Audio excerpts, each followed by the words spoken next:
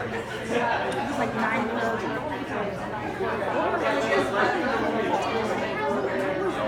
When the guy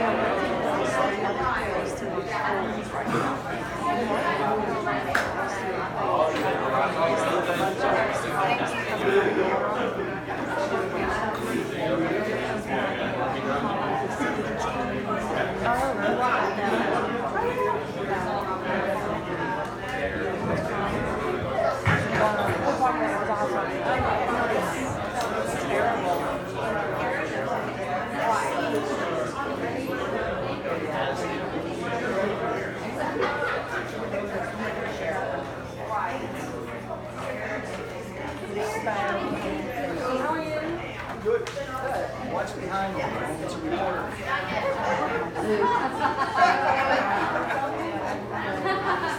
Don't do it.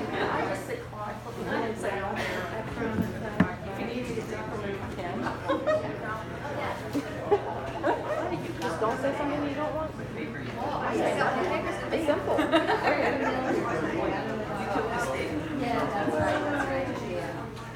Ladies and gentlemen, I'd like to call the meeting order, please. This one will have a roll call.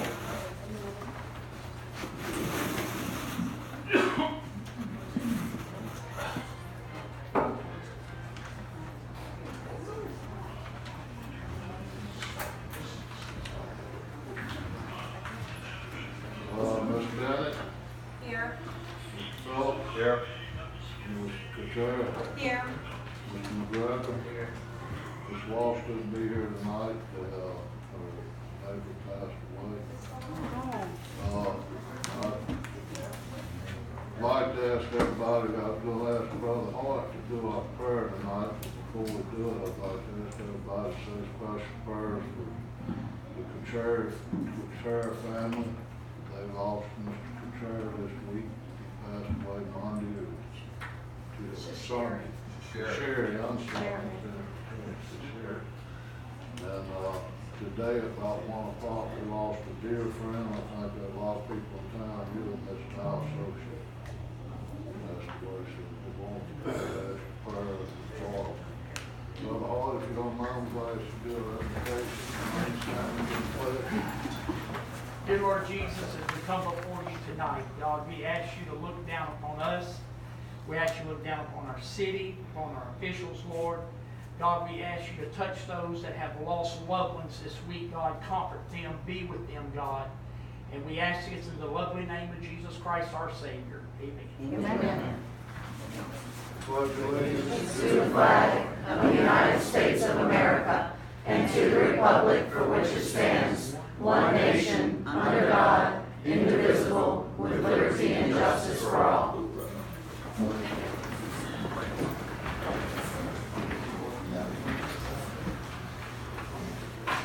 Okay, started with you guys. We've got some minutes to be approved for the special council meeting on the sewer rates on August the 6th. Already got a copy of Bill Biden.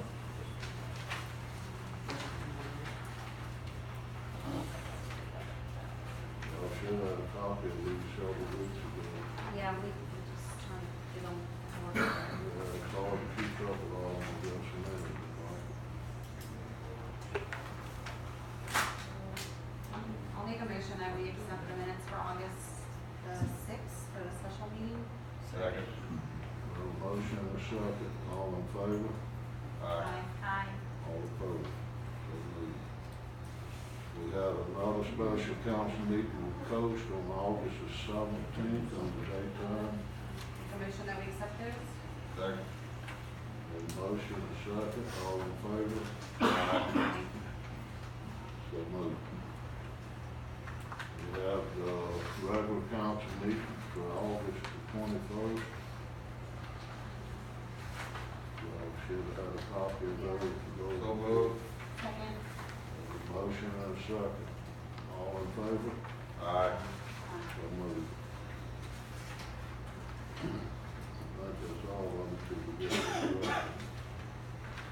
table and do it later. We had a special guest speaker tonight, Mr. Laura, so that he can come down here and couldn't make it. We do have another gentleman here, but y'all have to do it with a motion to let him speak. Make a motion. Mr. Shank, Sean Marsh, Make a motion to accept. Second. no motion, second, all in favor. Aye. Mr. Marsh, would you like to come up and introduce yourself to everybody? Yes, sir, over there.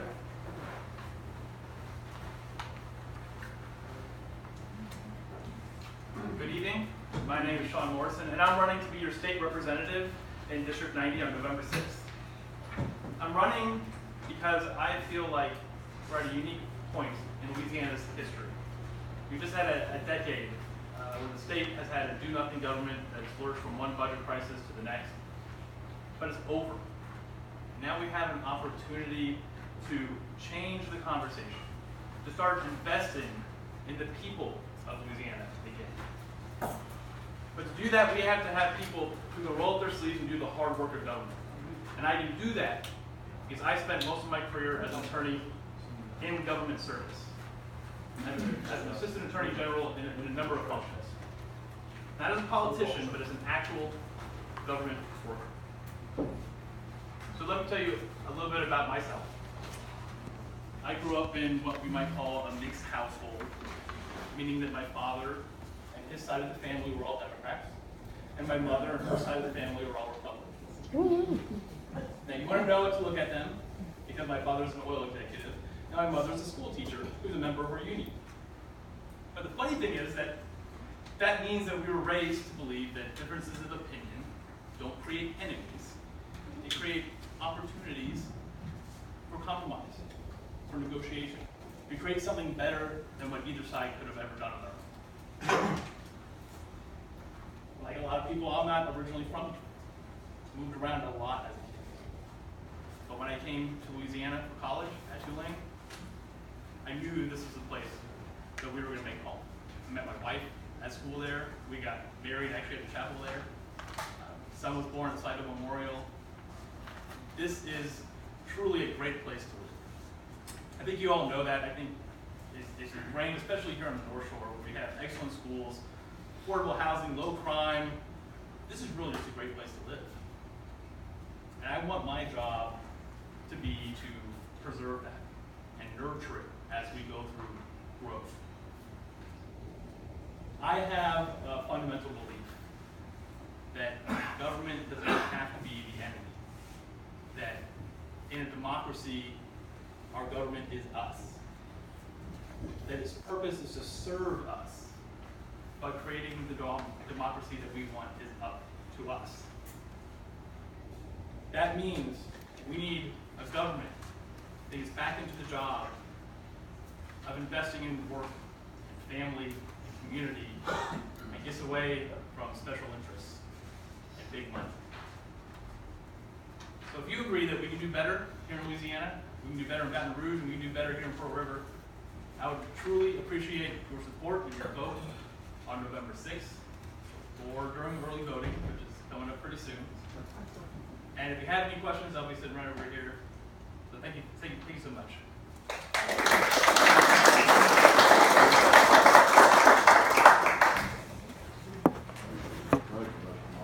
Can I repeat that?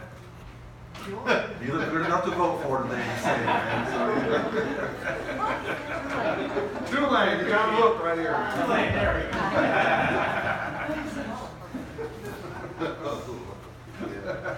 Yeah.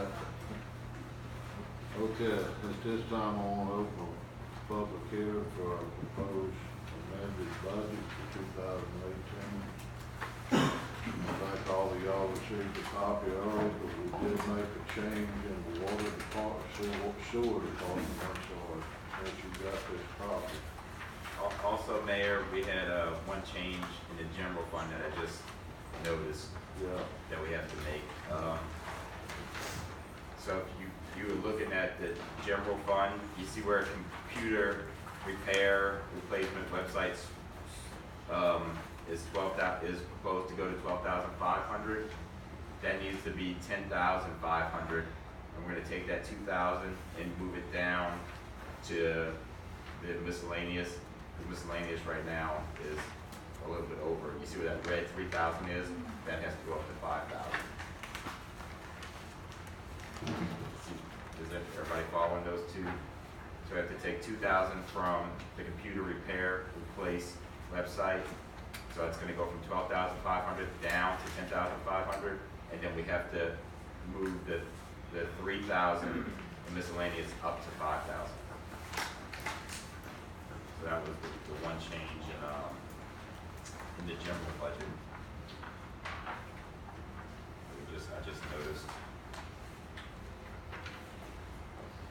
And then the other thing with sewer was that from the original one that you had, we had to move some things around because I think it was lubricants and chemicals were going to come in higher. Talking to Ricky, he needed to do some extra line cleanings and stuff like that, so he needed some more funds in that bucket. And then also we're doing some new bores on I think it was something. Yeah. So we had to put a little bit more in there. So those were the changes in the sewer, different from what you guys had gotten a week or so ago. Yeah, we didn't get this very long ago. I really want to do a budget meeting because we didn't receive this until like 2 weeks ago, like less than 2 weeks ago. Well, do you have any major concerns tonight, or?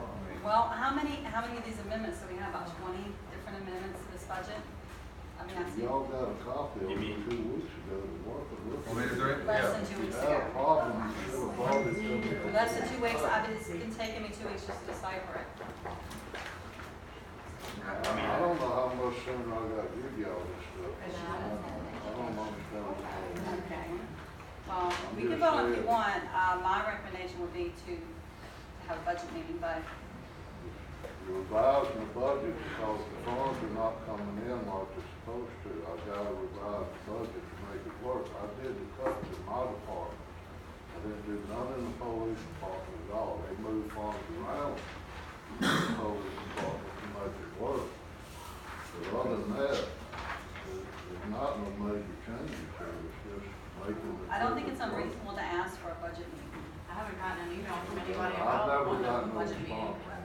Huh? I haven't gotten an email from anyone wanting a budget meeting. I've just worked on it myself and called and asked questions like I've been doing the last 4 years. When I worked with Matt, I told him I wanted to get this to y'all in time to look at it.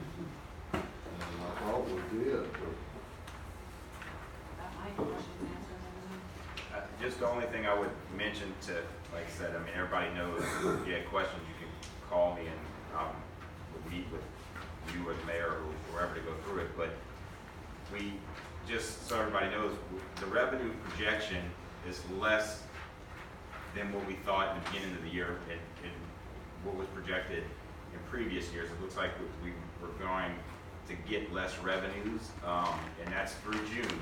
So the mayor has cut some of his departments to try to lessen the impact of that that projection of the revenues going down. Now, like you just said, he didn't request money back from the police department at this time, but just so the alderman can know, and I know Chief's not here, but Deputy Chief, you can just let him know, is if we continue to look like the revenue is going to continue on that path, we may be coming back in future, maybe Makes sense to October, me. November, right? Where we ask, or the alderman may ask, hey, instead of giving you 450, we might need to pull some of that back.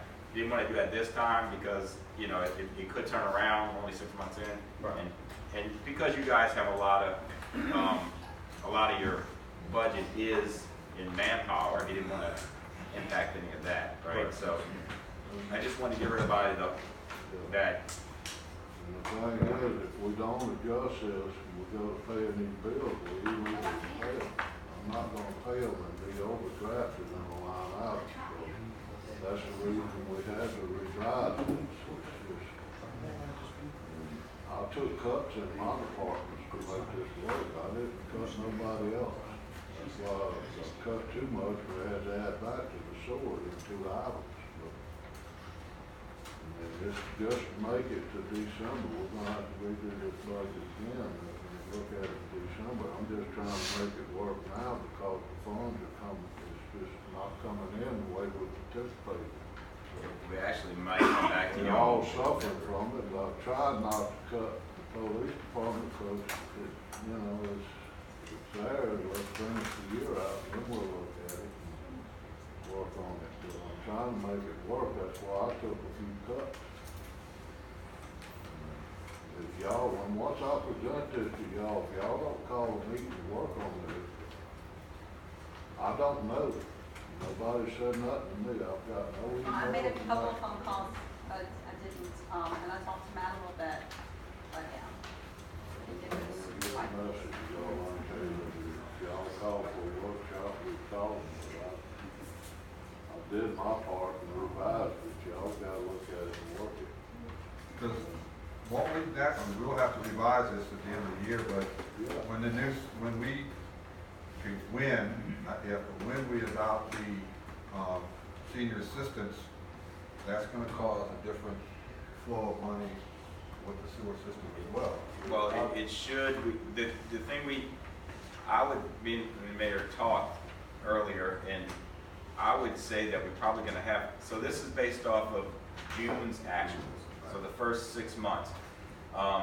And the reason people, just to give, since we're in public hearing too, just to give the public some notice. So what happens is, in July, in the month of July, we get the actuals for June, right? So it's kind of arrears, a month behind.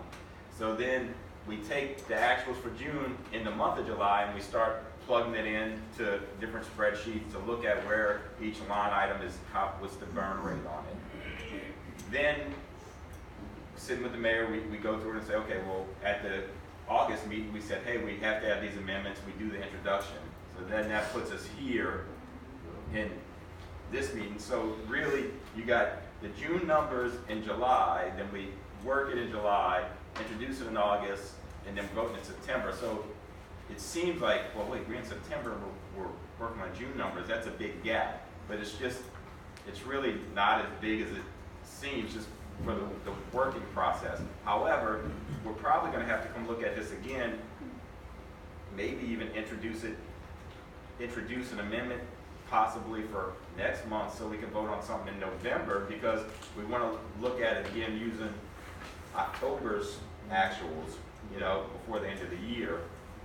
So I just kind of wanted to give everybody kind of an outset of how, what the process is. It doesn't move as quickly as we all would like sometimes, because there's going back and forth with the accountants and getting bills in and getting actuals and then getting before everybody and then going through it. So that's kind of just the high level process of. When we get our actuals for the next quarter, we might be better off than what we are this Right, quarter. we could come up with- As of the quarter of June, when we had to work it, we fell off some. So if we don't take action now, we're paying bills, if we don't have the funds there to pay them, I can't do that. And to Virgil's point, Virgil, on the water rate thing, the water meter usage isn't going in until December 1st. Yeah. So you might not have a big impact on this budget. It'll impact, now, next budget, 2019 is gonna be a little rougher to kind of gauge, because we don't know. It'll be our first year doing usage and meter, you know, so those will be kind of trickier numbers to estimate. We'll have to use the model that we adopted. We'll probably have more amendments in 19. The board. I know we set a deadline on these meetings to do something, but realistically, I don't see it. I don't know if we're gonna make it. I hope we do, but we probably won't, so.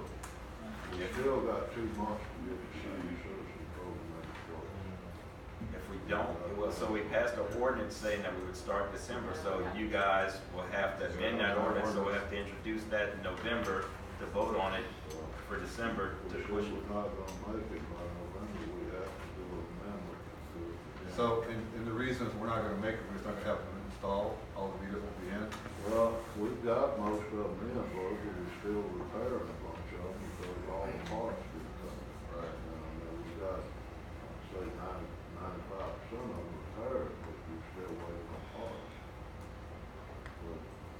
y'all wanted to do a couple months reading on everybody to give them an idea if they had any leaks or what they do. Because I guess it's all the same, but I did a little bit more research on this meter system, and, of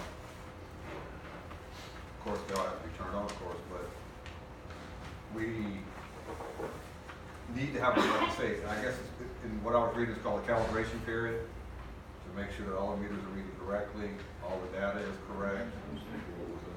And so that when you turn them on, you're still gonna have to have some type of calibration period, because somebody's gonna come up and say, I think you're home in 6 months, and the meters, you know, so. That's why I'm worried about this under the clothes. I mean, we're calibrating now, look at the meter. We can amend that. I mean, do you think you have all of the problematic ones identified and being repaired now? Yeah, we got, I think, one commercial we've had in that plant. That's one we gotta take care of. But as far as the residents, we've been reading, trying to calibrate them and see, you know, see. Because a lot of these we had to change parts on. Yeah. They weren't working correctly, so that's what we do. And I did talk to Cheryl right before this, and she kind of gave me a list of, we have, just so you guys have the information, there's 1,100 accounts, right? And there's about 860 meters. Now, some meters read multiple accounts, and we all know that, right? So, so we have about 857 meters. They've been having some errors, and they've been changing them out, but since these are old, I mean, if you have, just for instance, what's happened is they're changing out and fixing stuff, and then some more are breaking. So, for instance, you have 857. If 10% of them fail, that's 80. If 5% of them fail, that's 40. She's got about 20 right now. So if 2.5% of all the meters fail, every month you could be dealing with 20 meters that you're constantly working on. So they have been replacing and fixing, but they're still, every month might have 1 or 2 or 3. What's the So we shouldn't do like a plus or minus, like, you know, you can allot every month for 20 meters to be out. And still roll it, receive your data. I mean, we're still getting the data on the ones that work, but they're just, and they're still fixing stuff. I'm just saying that, you know, there was a question asked, I doubt we'll ever be 100%, all the meters are working 100% of the time. It's just stuff doesn't work like that. There always will be a handful or a percentage of things that don't read, which I think we need to work on when we work on the other one, is because I don't know if we had an ordinance, what do we do if a meter wasn't, it goes to 0? So what bill does that person pay while we get it corrected? Do they pay a flat rate until it corrects, and then we get the real reading, and then they? Well, that's something we just got out of work. What is, I mean, I. Get back to the budget. Yeah. Kind of roll it off, sorry, I meant that, I'm sorry, y'all. Water. question, Yeah. Complicated. That's it. Do we know what's driving the money coming in less? Is it less tax dollars being Thank you. spent? What's driving the lower amount that you guys gave? Revenue. Revenue on different things, taxes, tickets, court fines and fees, all this work out. But like I say, it might come in this quarter and it might be up, so. But I've gotta base it on the last quarter of the report. If I've got a line out of budget, if I pay $38,000 or $4,000 on the bill and I only have $3,600 in there to pay it, I'm breaking the law. That's the only reason I'm adjusting this. The reality, we've always had to come back and adjust in November and December, that's just part of it. So if I get this last quarter report in, I've got to go with what we're looking at. And haven't we historically, in November and December, haven't we historically, our taxes come up just due to the holidays? Yeah, they usually do towards the end of the year. And I still, like I say, we might be going up right now. I can't really say that till I get the actual report. Basically, yeah, we usually go up a good bit at the end of the year, so. we might be in good shape when it comes down. See, like last year, see, new state law, you got to have a budget every year. At the end of the fiscal year, you got to be within 5% on every line item in this budget. So we take money out of line items and we put it back in the money market to get it out of line item, but we got to be within 5% over or under. We can't be off no more. That's not very much if we start thinking about it. So when we move that out, if we don't put it like last year, I didn't put it all back in some of my departments, so that's why we're running a little short. So I just basically got to work off the last quarter of the report, so that's what we're doing. Like I said, if y'all don't approve it, I'll just have to stop paying some of the bills, it's just something. I gave this to y'all several weeks ago to be looking at. Anybody out there have any questions they want to ask me? Do y'all have any more to talk on? Not all close the public hearing. So to the council now. I'd like to make a motion to propose the 2018 budget amendments. Motion. Second. Motion and second. Let's do a roll call. Ms. Bennett? Yes. Yes. Mr. Phillips. Got your name. That's all right. That's all right. Don't forget dinner now, man. Yeah, might be a good thing. Yes. Sorry about that. That's all right. Yes. Ms. Couture? No. Mr. McGregor? Yes. So moved. We put that aside. Thank you. Appreciate it. And we will have another I'm budget. sure many chief folks appreciate it. He's just not here today. Yes. Oh, there he is. I think you're on. Sorry about that. You snuck in on me. He's like a ninja, man. He's like a ninja. I don't know if you knew that. Now watch him. Yeah, you get behind his back, but man. He's like a ninja, man. You don't even see him.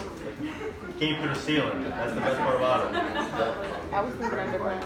No, the ceiling. Then he's over the sky. Death from above. Resolution for the water rates for the elderly, yeah, I'd like to work on this more, but nobody's ever nothing on it, so. I don't know if y'all wanna work on it tonight or call a meeting, work on it or what. I have some thoughts. Go ahead. Well, No, you go. it's open for discussion. Yeah, no, I actually had some suggestions I was gonna email and I did not do that, so, that's on me, but, Well, the three things that I really have quickly was, be further ordained on section A, item 3, whose annual income is XXX or less. The number 15,000 kept coming up. are we? I mean, I'm just asking. No, that's what I want y'all to do. I don't know. I mean, No, that's. we did discuss. I'm with you. Yeah. We discussed though, is that for across the board? Because we discussed about. We didn't really get to that part of it. Right, but did we just talk about, you know? Well, I originally had in that point, if y'all go 15, I mean, that's, I'm asking y'all's opinion, that's what we would want. Y'all, what we have something to work with. I want y'all to put on all this when we draw this up. 15 sounds good to me, I mean, I don't know. That's just a figure that, just through some other municipalities that I was looking at, they mentioned that. And, just not to bog down, number 4, this is for Mr. Tim, our attorney. Did you not, and I know you wrote this, but I want to totally understand, did you not, and I misheard this, can you not have just a flat rate, or is that? Yes, sir, you can. You can have a flat rate? And just to reiterate, I drafted this with the intent to get the conversation started. That's right. And it's input like you just gave regarding 15,000, and if you're looking at a percentage, what the percentage needs to be, or it could be a flat rate, if that's what y'all decide to do. It could be a flat rate for, say, the first 2,000 gallons. And if somebody goes over 2,000 gallons, it could be a normal rate or a reduced rate to some, another flat Would that rate. flat rate be contingent on this dollar amount? On the 15,000? Yeah. Yes, Okay. yes. See, the only difference with a flat rate, every year you have to look at it. review it for all of it. Right, right. Okay. That's the only difference in a flat rate is percentage. You put it as percentage, you don't have to bring it up here. Right, if you put a flat rate, that's fine with me, I'm happy with it. Yeah, too, but I was in favor of the It's flat something you rate. have to look at every year on the flat rate. Okay, now I gotta go to Mr. Maddow here for a second. If we, do go a flat rate and up to so many gallons, can you produce a tier for that? Tier, Like, isn't that, 25, 3,000? Yeah, we'd have to put a limit, Would it have to be a limit on that or a max on that? you'd have to put a limit on it. well, didn't Dave, I was thinking with now. Yeah, I said like flat rates and $6 the first 2,000, and yet every 1,000, even at $3 every 1,000 after that, we don't have to change that. So don't change the after After. amount, and then that's done by quarter, like 250 gallons, right? What about the sewer? But the first one would be a different rate, then you'd have to change the sewer as well. Well, it's, okay, now, let's, That limit is water. Because I don't know, and that would be the thing we'd have to ask Cheryl on how. Pay that, $6 for 2,000. right. But you know, the ordinance is written as a reduced water and This is sewage. water and sewer. So, Combine the vote. Yes. What is the percentage of sewer charged to the water then? It's like your percentage charged to the water. Well, For the sewer. actually, sewer's a sewer's flat rate. supposed to be 80% of what your water consumption is, but we don't have to set up that way. No, we haven't set up a flat rate. Flat fee is 25. Yeah. so in actuality, the way this is written, they would pay the $25 sewer. No, that's not the way this is supposed to be. It's only 2% of citizens of water, you have to do the sewer. Oh, I know that, but what I'm saying is if we, it has to be lumped together, am I right? Right, so it's already like that. I think we should. I think that's what Tori didn't, Cheryl, say, I mean, we have to kind of keep it together. Do you remember? I think she said. I'm not listening. Okay. I think so. Calm down. No, I'm sorry. She's not listening to us. Y'all all speak. I think she said we have to because of, What? just doing both of them because they're already. Well, I think water is included. Yeah. Yeah. I think the citizen discount will include the sewer. Our water and sewer is separate now in the budget. Yeah. So is that gonna affect anything if we do it, combine it as an ordinance? No, you could do it in the same ordinance and just say sewer would be, at the flat rate, what is it, 24, 25. So if you said, if you did the same thing, that half was the flat rate, so 12 or whatever it is for Gotcha. sewer, and then water would be, say if we use Mr. McGregor's, $6 for the first 2,000, and then it maintains the $3 above. So whatever you guys decide, I don't know if the computer system can do those calculations, so that might have to be something that when they apply, Cheryl pulls that account separate before sending the bills out. She has to, No, it's, I don't know, I have to ask her. well, as far as the ordinance, so you could set it. Right, all can set it up all- however you want to do it, right? Yeah, we can do it separate.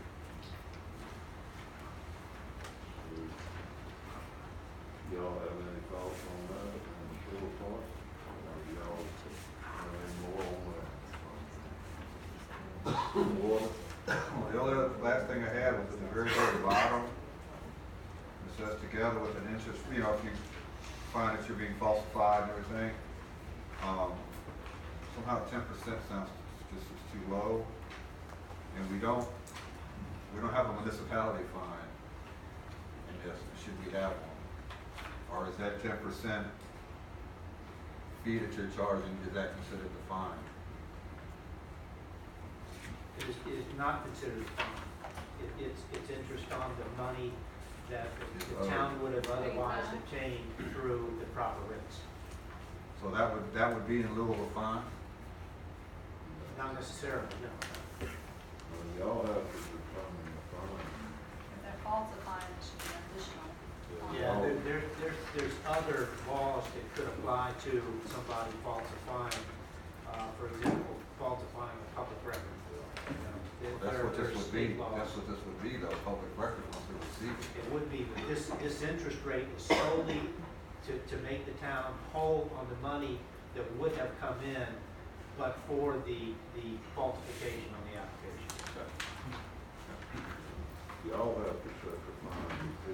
Well, I don't necessarily have to be a fine, I know that every ordinance we have has a fine at the end of it. I'm not finding ordinance to You do. have to have one on this too. Well, I think what Tim was saying was that there's already a fraud criminal Crime. statute, so Yes. it's crime. It has an ordinance with a fine, so if they did falsify and did fraud under this, they would be subject to that statute. Correct. violation So of that. should we list that statute in the ordinance, or is that too much? Y'all have Yeah. to list it in ordinance.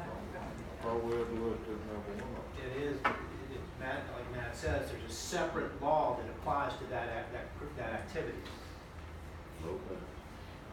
And are we going to put in here that the resident is responsible, they can come back annually to? If you look at subsection B, Yeah. the application has to be submitted annually. Yeah. Sure. That's annually. So if I may suggest, if we can come to a consensus amongst the council tonight, and I can go back and actually put it down on paper for the next meeting, and everybody know exactly what y'all are gonna vote on, at the next meeting. Kind of how I envision things going. That's why I don't know input on it. I know we did get nothing back from all y'all to give to it. Yes, it was. So we've got A3, which is the annual income amount to Mr. Virgil. Is Yeah, that's just a suggestion. I'm good with that, and I definitely like the flat rate. Well, let's draw it up with that, and everybody look at it. Okay. Everybody look at these pictures and see how they feel about them. Y'all might want to change it at the next meeting. All right, and insofar as water rates are concerned, we're looking at $6 for the first 2,000 gallons, and then anything over that is going to be the rates that have been previously established. Do we say $6, or do we want to say 50% across the board, because that's what it is, it's 50% of what we're charging, right? Is that correct? On the water. On the water, and somebody said 50% on the sewer. Well, it would be 50, well, so what David proposed would be 50% on the first, so it's $12 for the Right. first 2,000. So it So would be he's six. saying 6, but then after that, it would remain the same. Same, yeah, So it's not, if you say 50% off the initial first off the initial, amount. you can say 50% if that's, yeah. I mean, that's. That a way, call. You can if just later list on, $6 the or original $4 ordinance versus- changes, you don't have to make a change to this. Right, it would just be that. If you use a percentage. Is everybody okay with that?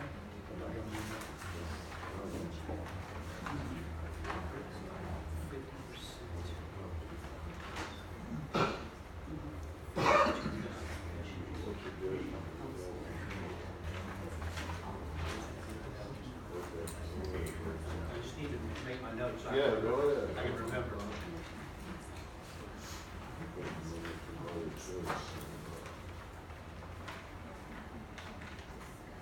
And then on the sewer rates, what is y'all's thinking there? Yeah. Want to stick with the 50% on both of them? 50%? All right, so what I'll do is I'll go back and put these, and I guess the last thing is, Mr. Berger, you're talking about subsection D on the interest rate. If you look at market interest rates now, they're pretty low. I'm just wondering if 10% is sufficient or not. Well, It's not gonna amount to a whole bunch of money, regardless of the percentage. I mean, I was thinking like this, if let's say they pay $41 for some reason, and then they falsify whatever, you're only gonna really only get $4.10. That's right. I mean, should there maybe be like an administrative fee and take that? 'Cause, I mean, that's more work for the clerks, water people. So you're looking at an interest rate plus an administrative fee of X number of Or dollars? either or, just an administrative fee or a flat rate. I mean, Okay, I have a question too. Well, can we settle on that first? the only reason I would think an administrative fee, if we have to send one of our town people out there to do anything and just pulling that person off of a job that he's already assigned to go do, that's manpower we'd have to pay for. Talking about a reconnect or something. Anything like that, yes. Charging for reconnect. All right, so Mr. Virgil, you're talking about eliminating, as a result of default eligibility together with an interest rate, you're saying together with an administrative fee of Don't put a price. X dollars. Don't do that.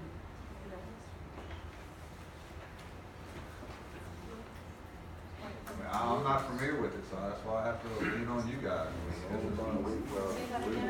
Reconnect fees are $30. The what? Well, this is not necessarily a reconnection fee. This is like, you know, I'm a senior citizen and I turn all my paperwork in, but then you find out I make 40 grand a year. Oh. I think that's how I'm reading this, right? Is that what I'm talking about? Yes. So this is if you're actually falsifying the town's ordinance for the senior assistance program.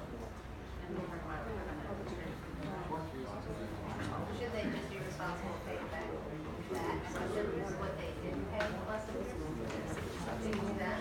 Have them pay back what they should have paid? I think, Virgil, if I'm not mistaken, your point is that if we find out, to figure out what they owe and what the interest would be, is going to take it'll take the clerk or Cheryl or whoever's the water clerk time to figure all that out, put it in a letter, send it out, because somebody falsified something. So And there that's should something be a else we don't cost really to have, that. we don't have any information on how we're gonna notify them that we're, is that covered in another ordinance anywhere?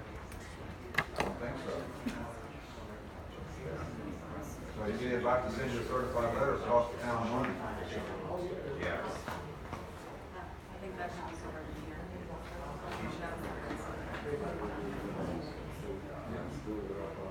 Is that what you need, Mr. Jim? I'll be glad. I mean, it's good points that we did.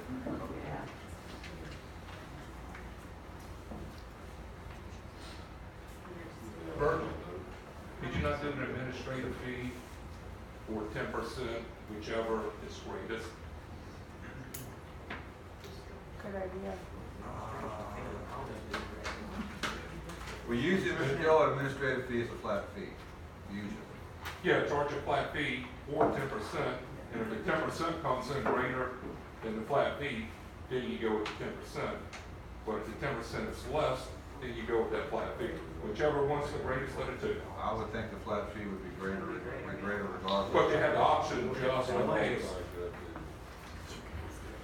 There's too much information, Mr. Joe? I just need to know, the Yeah. consensus Just of the, one socket, but- It will leave a door open that way if it wouldn't be hanging. all right, so administrative fee of $25 Yes, sir. or 10%, whichever is greater. Is that sufficient? Up to 10%. And also verbiage in there, something about how we're gonna notify them. Notify the mail, knock on the door.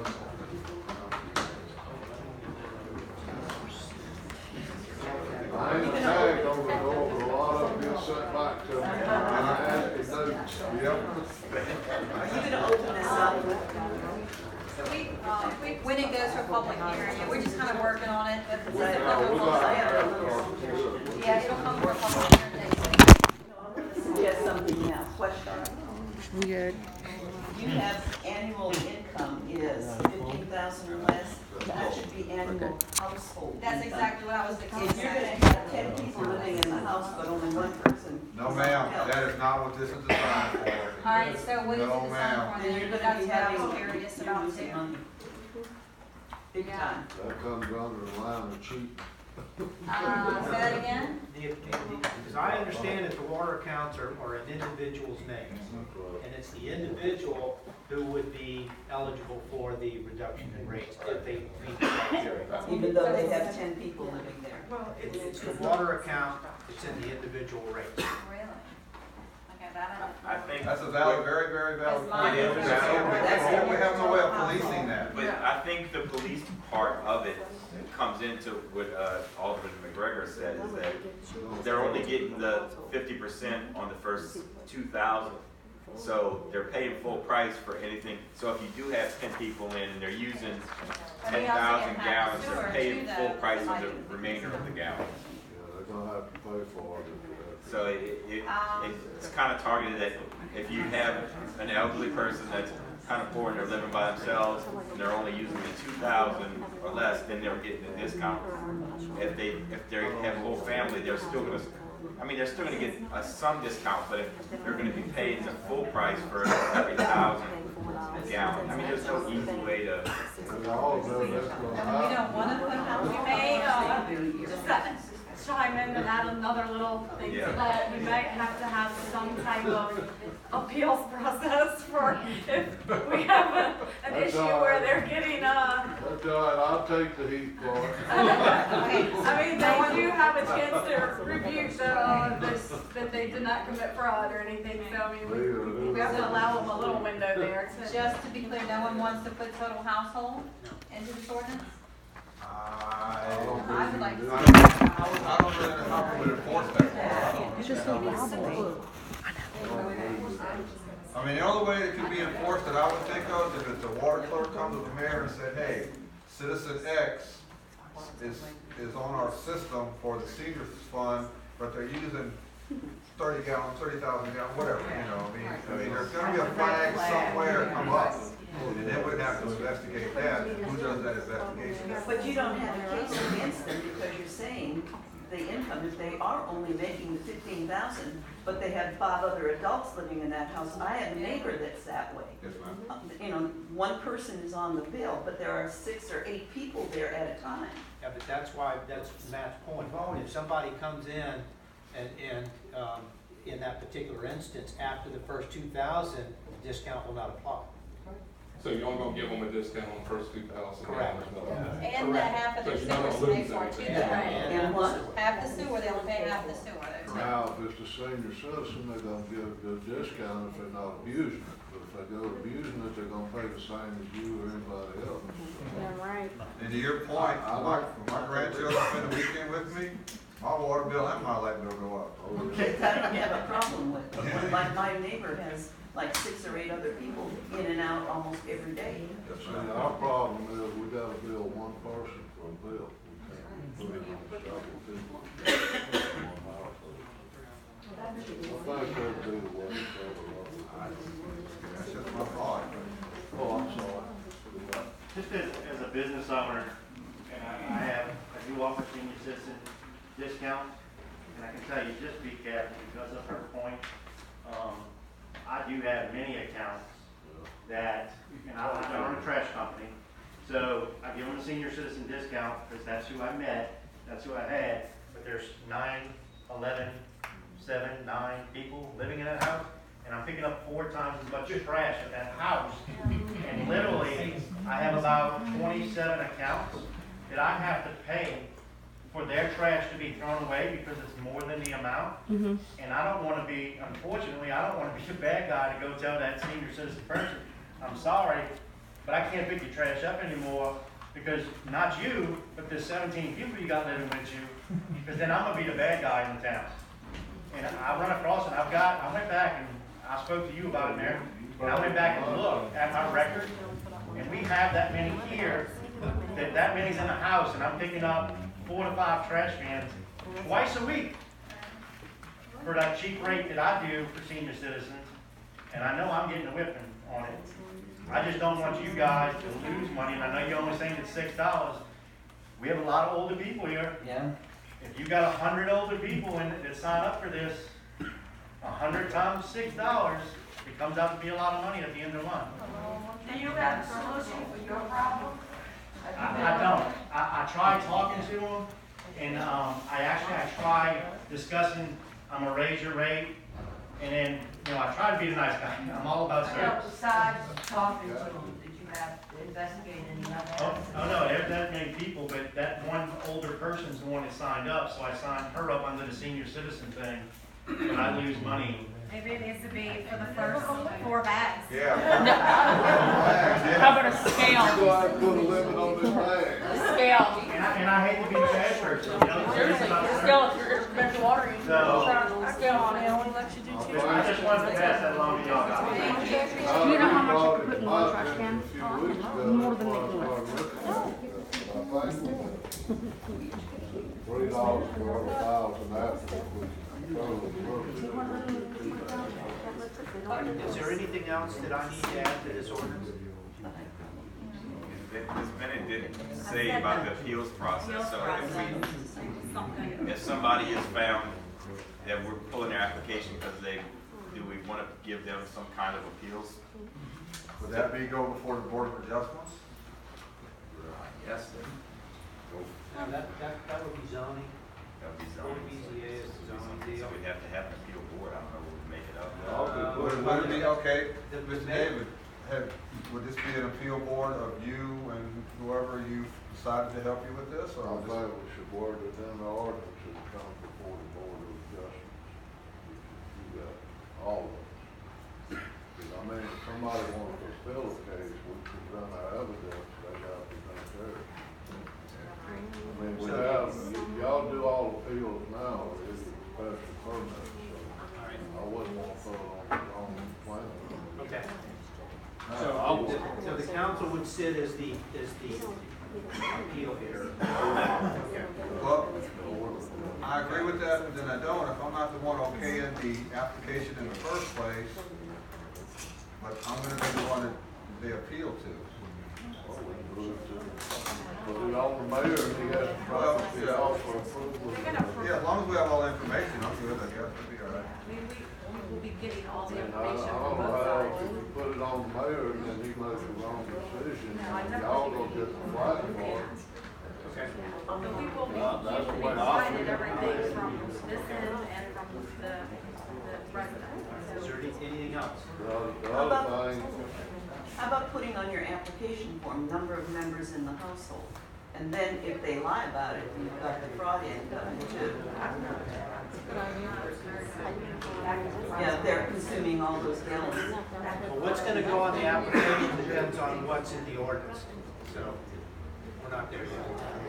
let's draw what we got, y'all look at it, give Captain, look at it, everybody's looking over. So y'all want to table this until October meeting? Yes. Is it table or continue? Table will automatically bring it up at The next meeting. Make a motion to table this until next meeting, please. We have a motion, Second. motion second, table this, next meeting, all in favor? Aye. All opposed? All right, I'll send a draft out to you all within the next few days.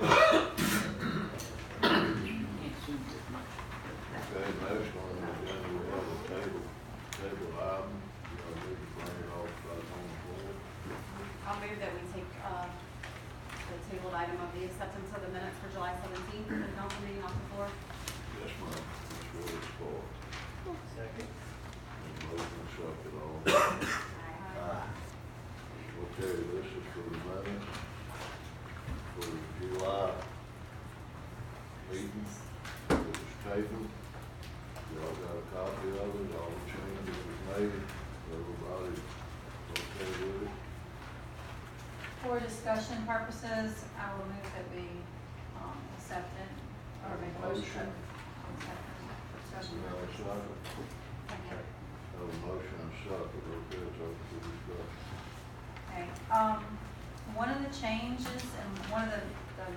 major things that I'd asked to be changed was not changed about the bridge, and it still reads the same way. And so, it reads that 200 to 70 to 310 calendar days before the work begins. And that is incorrect, from what I understand. I don't think that's incorrect. I don't believe we're gonna start building That's the in a year. construction period. Yeah. Okay? But it's The way saying that's starting. written is not the construction period. It's an after, didn't it say after? No, it says, okay, it says timeline for all of the construction, 270 to 310 calendar days before the work begins. That's incorrect. That was supposed to be the time period to do the construction work.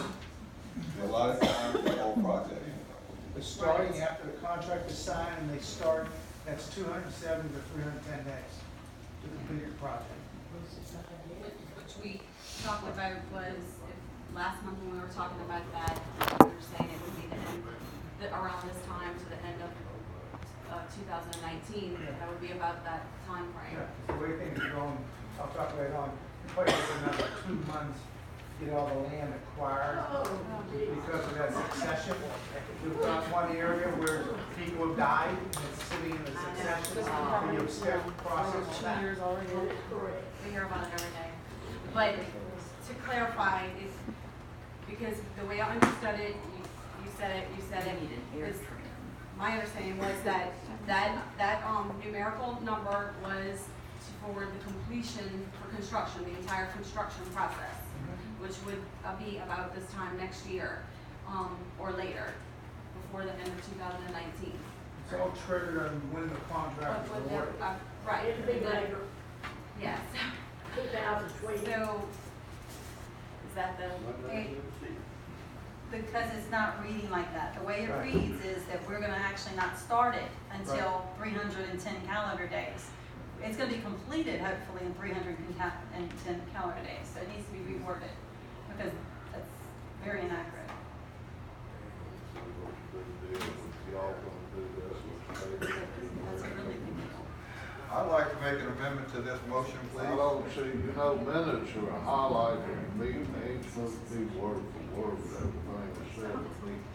I mean, y'all need to get on board with this, I mean, we got minutes that stick sometimes, you don't have to do the minutes according to every word that's said here. If you did that, you're gonna be doing them for weeks at a time. I mean, I don't understand what the big conflict is, the bridge ain't started anyway. Gonna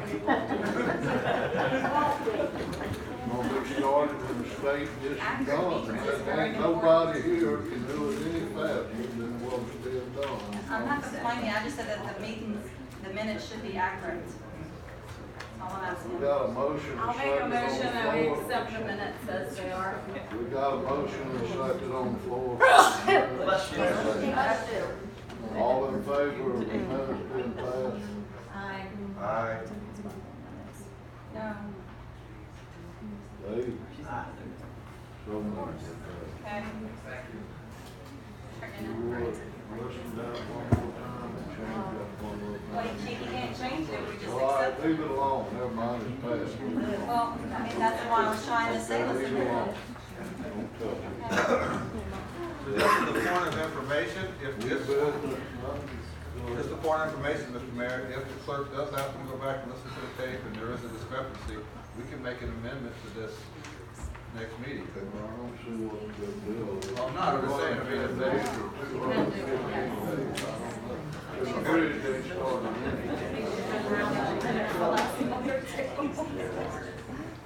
Next on the agenda is new business. We have a resolution I was asked to get y'all to pass for the CDBG application.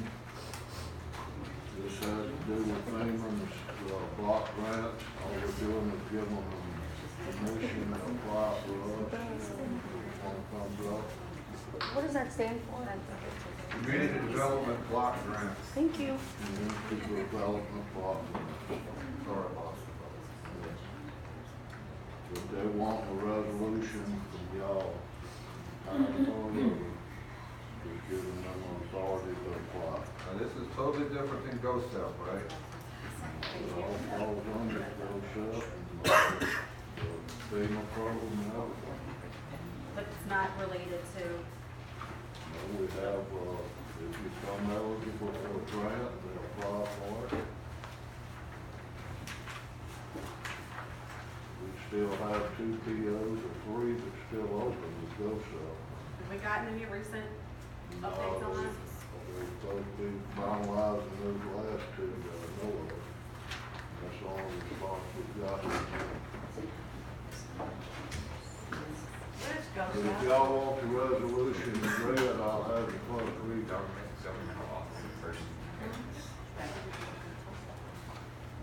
If y'all want us to read the resolution, or do y'all want to discuss it or what? Unless you want to read it for the crowd, I'll make a motion to accept it, but I'd like to read it. Well, a motion on the floor. You might need to know what it says. That was second. Yeah, I'm seconding it, that's fine. Are these applications available online for us to look at? Got a question? Are these CDBG applications available online for us to look at as far as why we're requesting the grants and for what they will be used? It's my experience that everything is available online Okay. for any of these Yeah, things. it's Great. all- I mean, I know in the past we've looked at them. Far as I Okay. know, it is. It costs though. They You should get send them it a back. But I can pay to look at it? It's under the disaster No. program though. Don't I pay taxes already? No, I I'm don't think you sorry. have to pay for, Well, actually, I have this copy, I'm glad to let you have it. Thank you, I appreciate it.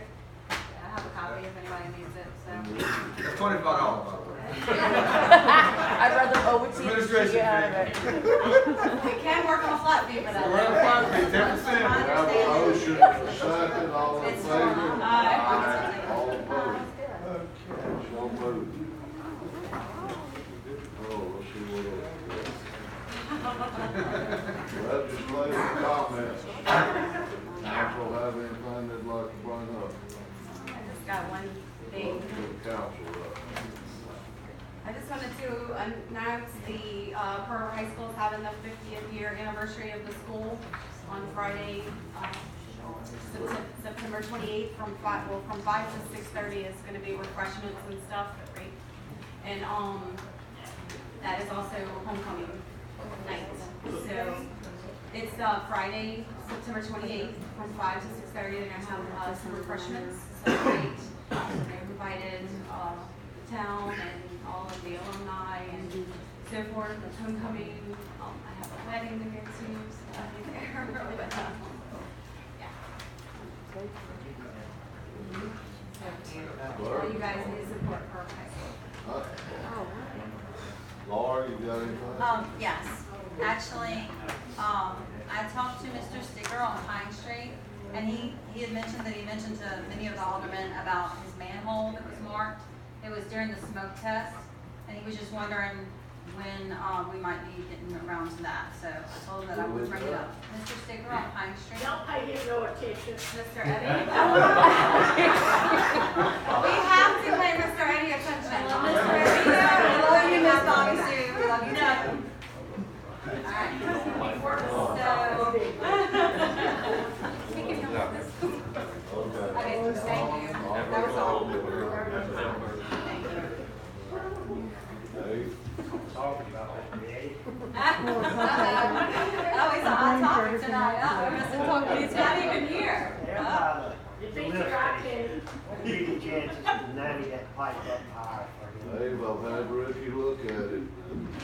What he says, I don't think we can run it up higher than it I know he's complaining about, the smell. Yeah. I told him to put it up higher. No, we've got federal regulations we've got to go by. We can't do it. And I'll talk to Ricky again about Oscar. When Oscar's coming in the morning, I'll ask him, I'll find out if we can attend it. If Ricky was supposed to talk to him, I don't doubt he did, but he's coming in the morning, I'll find out if we can for sure. Because Ricky told me we could. I'll find out from Oscar tomorrow. I just got a couple of things. Had a lady call me today, was questioning me about what is going on with the old washateria. You've heard everything, a restaurant, a bar, clothing store, so if you have any, I have no idea, all they've been doing is Y'all like to cleaning know? up and. Yes. There's the owner. There's the owner. I've heard all the rumors too. I've heard we weren't doing no permit up there. I've been in town hall, wish Miss Walsh was here. I've asked if we need a permit. Right now, all we're doing, we took it, cleaned it up a lot, hoped to make it look better. We are making it watertight. The tin all around the place had dryer vent hose everywhere in it, and we're just trying to put up tin. We have no idea. If we can fix it up and sell it, that's exactly what we'll do. Y'all know Ronnie, y'all know how Ronnie will aggravate anybody if he can. Ronnie's only flavorful, we know. But in all fairness, all they've been doing is hauling off what the guy. Exactly. They tore down the building, I've been on it for years, I'm glad they've done that. They're cleaning up, tearing it out. We don't have a permit for that now. The man come here 2 weeks ago to ask me if he needed any permits. I said, you gotta get a drawing, get it stamped by the farm marshal, then we'll look at your permit. If we was gonna decide what we was gonna do with it. Right now, we're not changing outsides, insides, or anything, we're just changing tin, getting it weather tight, all the sidewalls in it, the inside, water leaking through the roof. That's all we're doing now is making it watertight. so I should call this lady and tell her she should develop, right? Yeah, we have no idea. If I'm not supposed to buy it, she can own it. As of now, nobody knows what it's gonna be. And it may not even be our trouble. Anybody wants to buy it, they can buy it. Well, you just have to understand, Bill, when you Oh, get I phone know, calls. I've heard the rumors and all, and it kind of got me, because Catherine has told several people we're doing stuff with no permit. It's the first place I come. I don't want to do nothing illegal. I really don't. I mean, that's the first place I come. Anything was done wrong, I'll take the blame for it.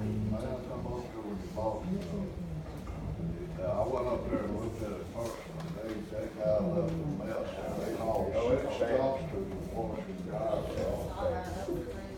That's not counting the other debris and building they tore down.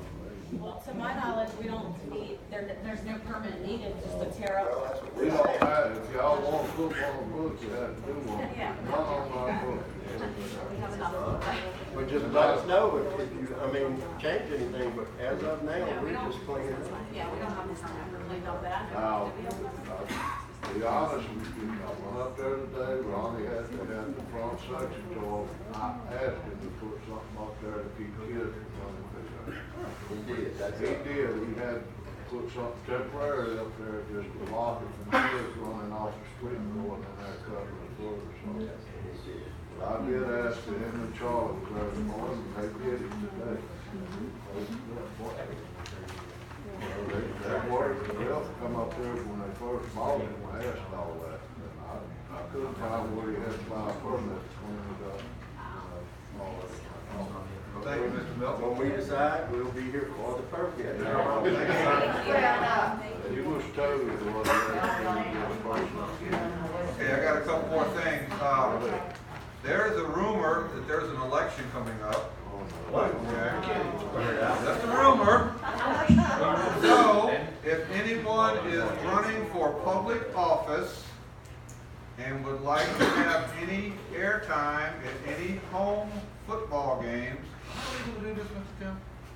I don't know what you're fixing. Okay. I'm gonna go down in flames regardless. If anyone that is running for public office that would like to have airtime at the high school football games, you can get airtime through, there's not a quarterback club or anything, but there is an application that Ms. Cindy DeJean has that you can take out, and it starts at about $125, and you can sponsor quarters, half, whatever you want. It goes up, of course. And but I just ask you this, as I do the announcing, and I promise everybody, whether I like you or not, you give me that ad, I'm going to give you the diligence that you paid for. But if you give me a dissertation of how great you are, it's just going to be vote for Verge. You know, I mean, it's got to be real generic, y'all. I mean, you know, when you give that stuff to us up there, I'm just saying, you know, like, you know, when Bridget would do it, or I would do it, anybody would do it. It just needs to be you know, who I am, what I'm doing, my number, and et cetera. Because I've gotten some things already from some folks, and it's about a page long, and if you've been to any games, you can't get that much information in. So I just ask you guys, if you please do this, everybody, all candidates, Mr. Tulane, all candidates. You know, it's a great fundraiser for the school and for the football program and et cetera. And the last thing I have, and I'll get out of this, is we had opening day this past weekend for our PRYFA. It was awesome. The mayor showed up, but he could not stay, so I thank them for showing up. There were some council folks and the chief and all showed up. There will be another home game. I really would like to, this is for presently elected officials, presently elected. If you'd like to come on, what it is, we love everybody to come out and be an honorary team captain. You go out to the field, you took the corn with the kids, you take your pictures, whatever you want to do. So it's a really good thing. Miss Peggy, you're on the list too, by the way. Thank you. Forget about it. Okay, so. But it was a great day.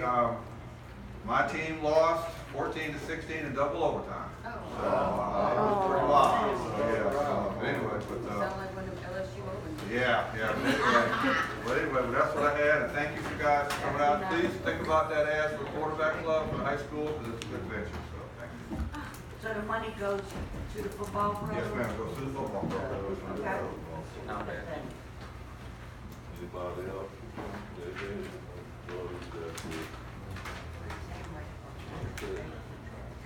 You up, chief? I can't give the reports on all the rust and tickets tonight because our PTS system was updating and we couldn't print them out. So I'll give that to y'all next month. We do have 56 arrests, but I can't tell you what they're for. So, but we've been doing a lot of drug arrest and the regular stuff that we do and fugitive attachments and stuff like that. October 12th, 6 o'clock, Night Out Against Crime, right out front. It's a free event, free food, and Army National Guard's going to be out there, and it seems like we're going to have the helicopter back from the Oshner, thank you. And they're going to land next door for the kids to look at and kind of climb through like they did last year.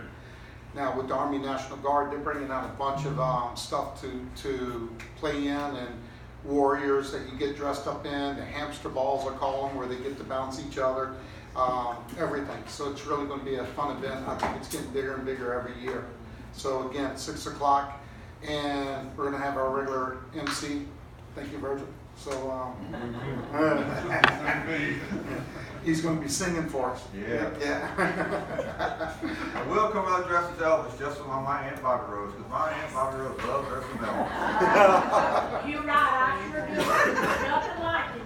Thank you very much. Thank you. How about the new building? Thank you very much. So other than that, that's it. That's a short one tonight. That's all you got? Yes, sir. I on mine, I'd like to announce, September 21st, noon to 6, we're going to the museum with women salt shepherds for the veterans is having their little celebration for the veterans listening in action, so if anybody would like to come by and participate. What time, Mr. Mayor? It's from noon to 6. I told them they could set up from the museum on the porch and out block out of Memorial Wall. September 21st? Yeah, I'm sorry, September 21st. Okay, thanks. It's from noon to 6. That was the 23rd? 21st. Oh, so it's this Friday? It's this Oh, Friday, okay. yeah.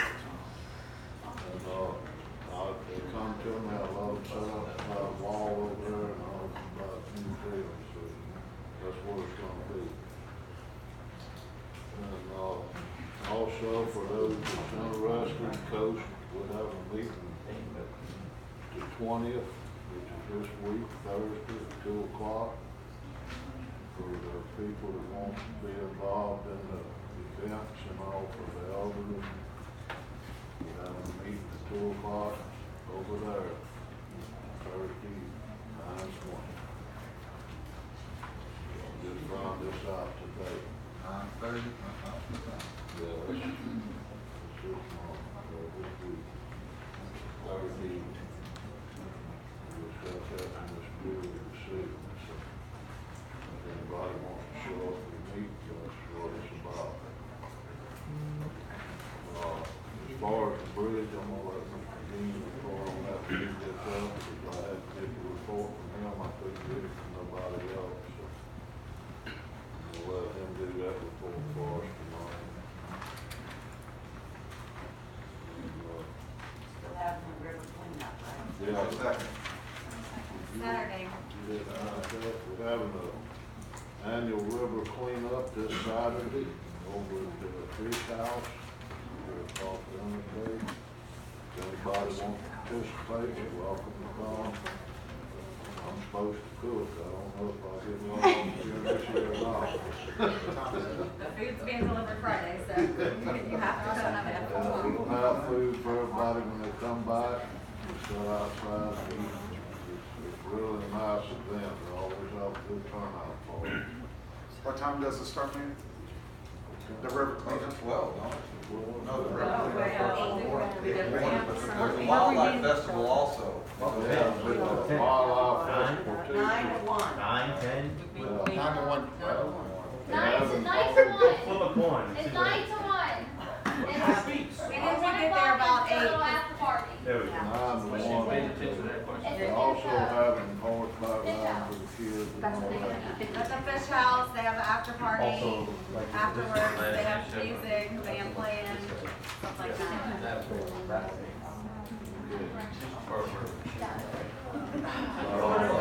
Fish house, over there. That- Rec District 5.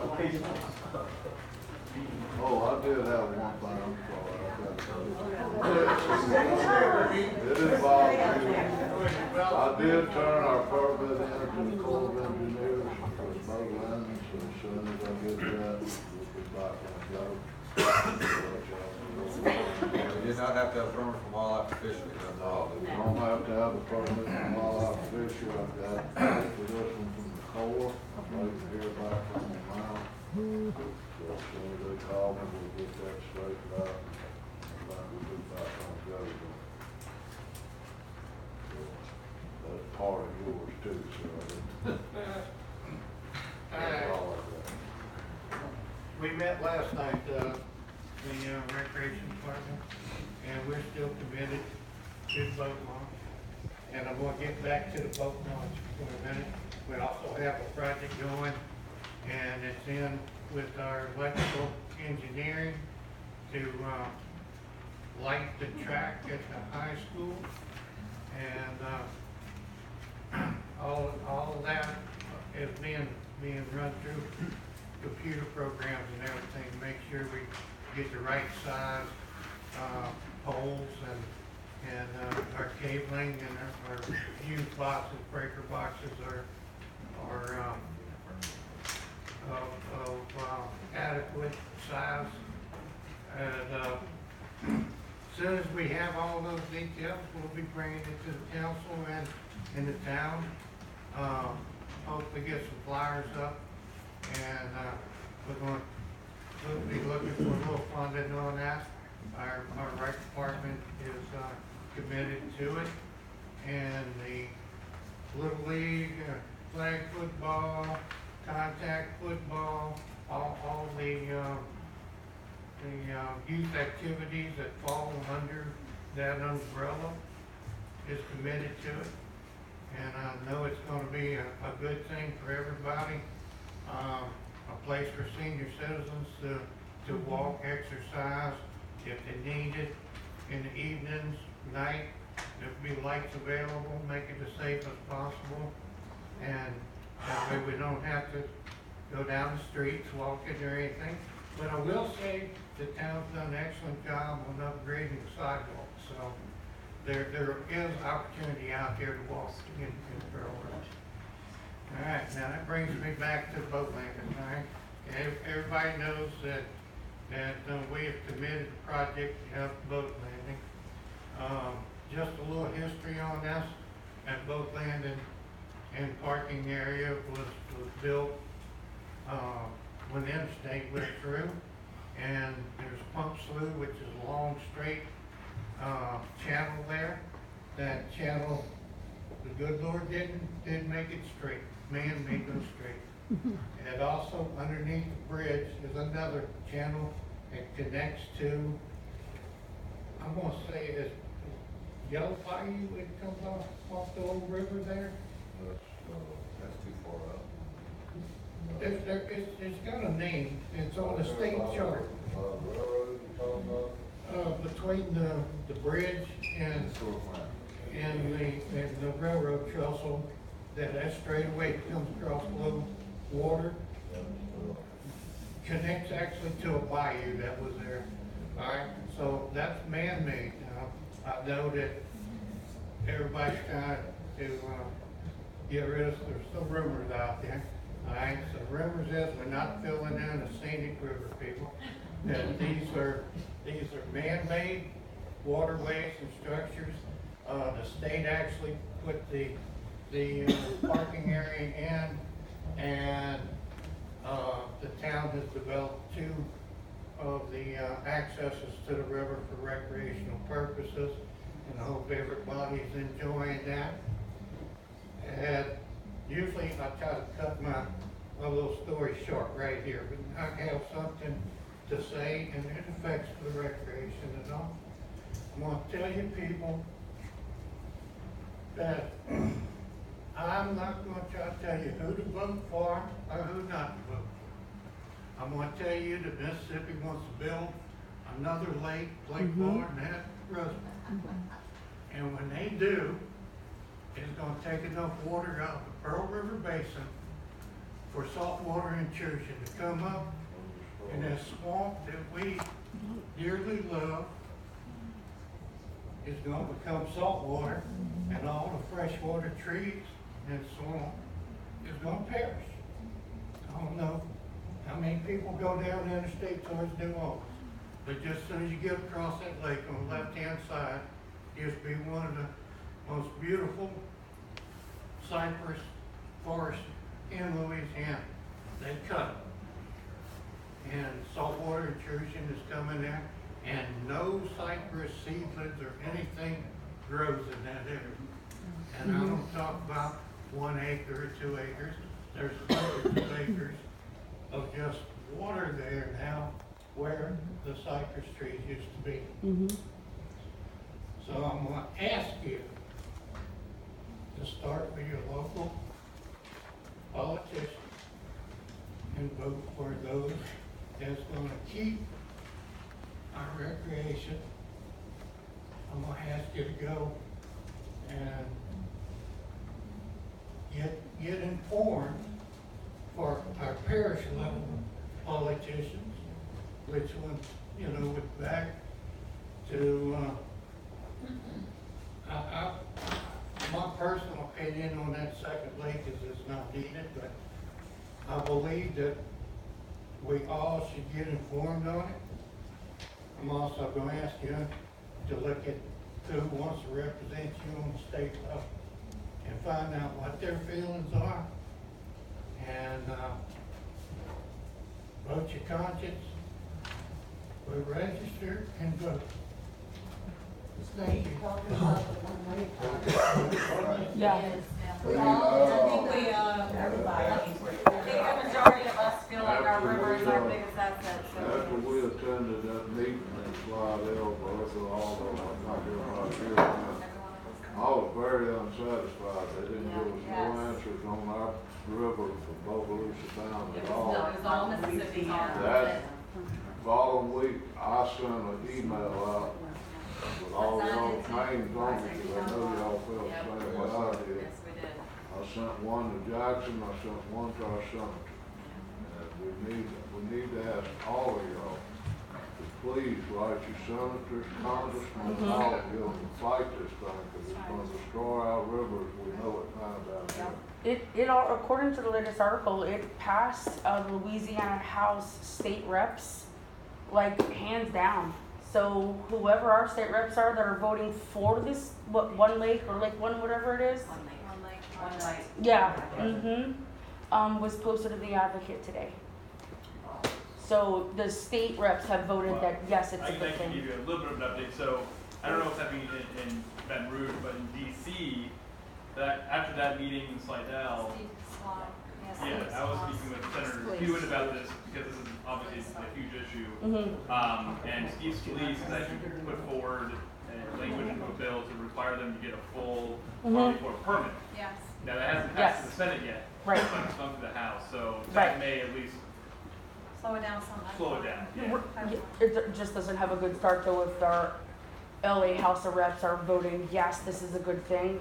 They're obviously not looking at us as a community in our best interest. So I'm just putting it out there. And our clerk has printed some more of these, and Yeah. it's about the One Lake project, and we have Awesome. them under on the table if you'd like. Thank you. And your input does matter, like, and it, Yes. it Just needs, catch I mean, it some just of takes a y'all couple up. of minutes. When they did this, reservoir up above Jackson years ago, Sam Barnett, they used the same principle they're using now, flood problems. They didn't have a flood problem up there when they created this. Jackson doesn't either. They've been flooded twice in the last 100 and something years. Yeah. We found that out from me. So what they're doing is widening the river, moving the levees back, digging the channel bigger, which it would get rid of more water. But then they're putting a dam on it below Jackson. So that, to me, they're making a reservoir for the rich people to enjoy. But they don't need it, and then they turn it loose on us, and we have no control over how much. No, we Exactly. haven't. Or, not, we don't get. I thought our politicians was fighting it harder than that, cause Yeah. they've been telling me totally different, and after she said that kind of made me concerned. It's They're in making writing lakes here. on property is what they're doing. That disappoints me bad, that our state would go along with this, it feels. That's Mr. Gene Bellicero, Parish Councilman. I have two items to talk about. The second one was the One Lake project. I just want to go over the CSRS report. The second page was attached to the email. There are 6 parcels of land. 5 of them now are out for purchase. And the one that was delayed is the one that's going through the succession plan. And that's going to be that's been mailed out. That was mailed out yesterday, the 17th. So at least that's moving. I'm gonna try and get some more information on, see how fast we can get it moving. As you know, we've been into problems on matching up all the land because of the inadequate records. Records were missing, therefore they could not move forward. That was a dent in this process. I want to talk briefly about the One Lake project. We had a real good turnout in Slidell, you all know that. Senator Sharon Hughes put that together and worked with them and negotiated. Now, she put through a resolution at the state level in opposition to the One Lake project. I had done it twice. I did one for the Two Lake project, the original, about 6 years ago. You remember that project? They got killed. And then come up with the One Lake project, so I and Richie Artigue put forth another resolution on that to oppose that. And Pat Brister just earlier this year put through another one. So people in our area have been in opposition to it. We And voted all on of, them on Pat, but, Yes. one way. the key is the input that came out of that meeting at the Slidell Auditorium was immense. Sharon told me she sent a ton of paperwork into Steve Scalise. She was working with Steve Scalise personnel. Steve Scalise worked out a deal with a guy from Mississippi whose district resides where the One Lake project is to pull the funding. The way they were working is they were going to be able to get the, I think, $347 million of federal funding before the Corps was even reviewing the project. So we were all dead. And that was pulled out. So you're looking now at a 1-year delay to finish the review process and then look at trying to get the funding. So to me, that was very positive because the thing that always bothered me was under the Two Lake project, they had to get approval from the Corps first. What they did with this one, they met with the Corps and says, we'll do all of this work and you just fund it. And that was the track we were on. But once a lot of the opposition came out with a lot of good points. In fact, what Sharon had done is with the commission she formed, she had people from the state, from the various departments, studying the One Lake project. They came up with a lot of reasons why this project should not go forward. He sent it into our congressional guys and they backed us. So at least that was in, that was in an article, it was just in a paper, I think Monday, it was in, I sent out, or I can't remember the exact date, but I sent out probably 900 email addresses on that, because people actually got together and supported us for this area. So I wanted to pass that on, so you hear a lot of negativity, but when I've seen from the resolutions, everybody has been their support has been in opposition.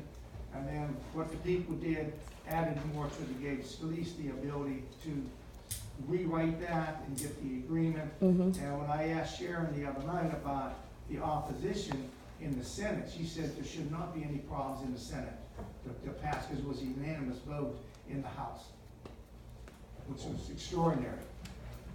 So, just want to pass it on to you. Okay? Fire District 11. I'm sorry, Doc, listen, thank you.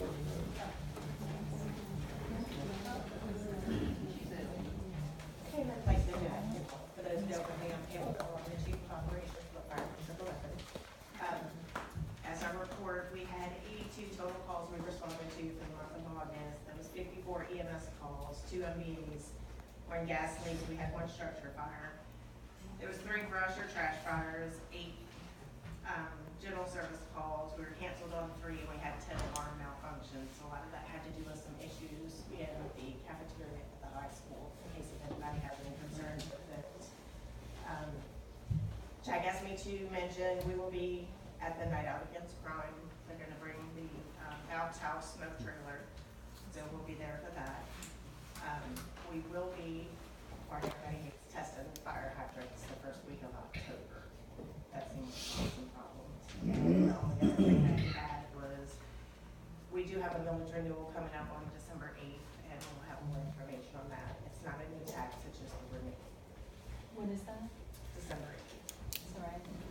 Also, did y'all usually come out and do the smoke detectors, when it's National, the month, and that's in October? Are y'all still doing that? We do have, the smoke detectors that we can install in the homes. You just have to call the station and they'll make Year round. Is that year round yeah. now? It's Okay, year because round. it used to be like only in October when it's It's fired. been year round for a while, huh? It's for a little while. For a little Usually heads it up, we'll call the station, they'll make an appointment, somebody will come out and they install them for you. Okay. That's part of the program, we actually have to install them.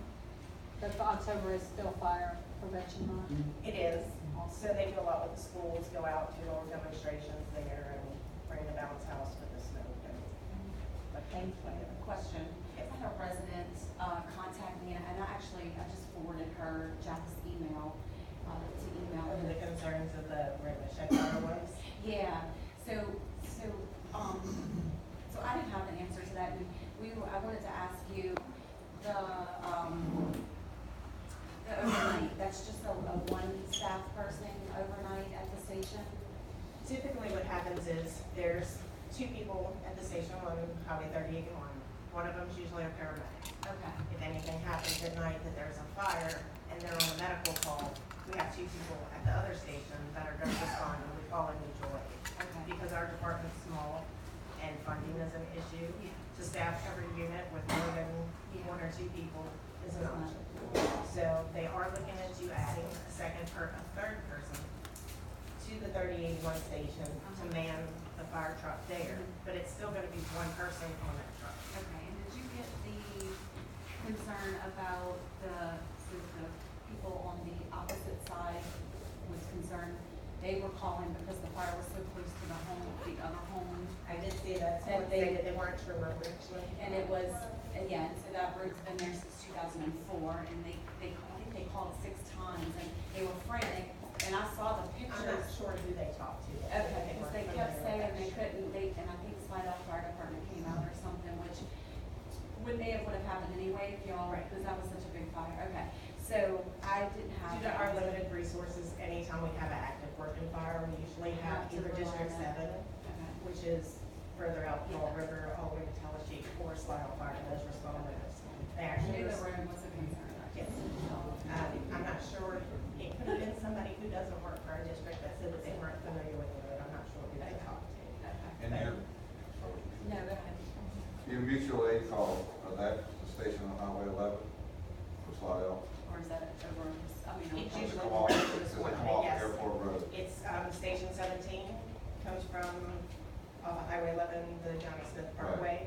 They usually send Station 14 off of Military Road because they go straight up Military, and depending on the amount of resources, they will send more. Okay. Thank you very much. Pam, I know that structure fire was pretty bad, and I don't know if y'all determined, but did y'all even determine what caused that, what started that? Unofficially, they were thinking it was probably the electrical box, because That's it was what I an was thinking, older one okay. that had like the screw-in fuses, but officially, I don't have it. Okay. It was still under investigation, let's state for it.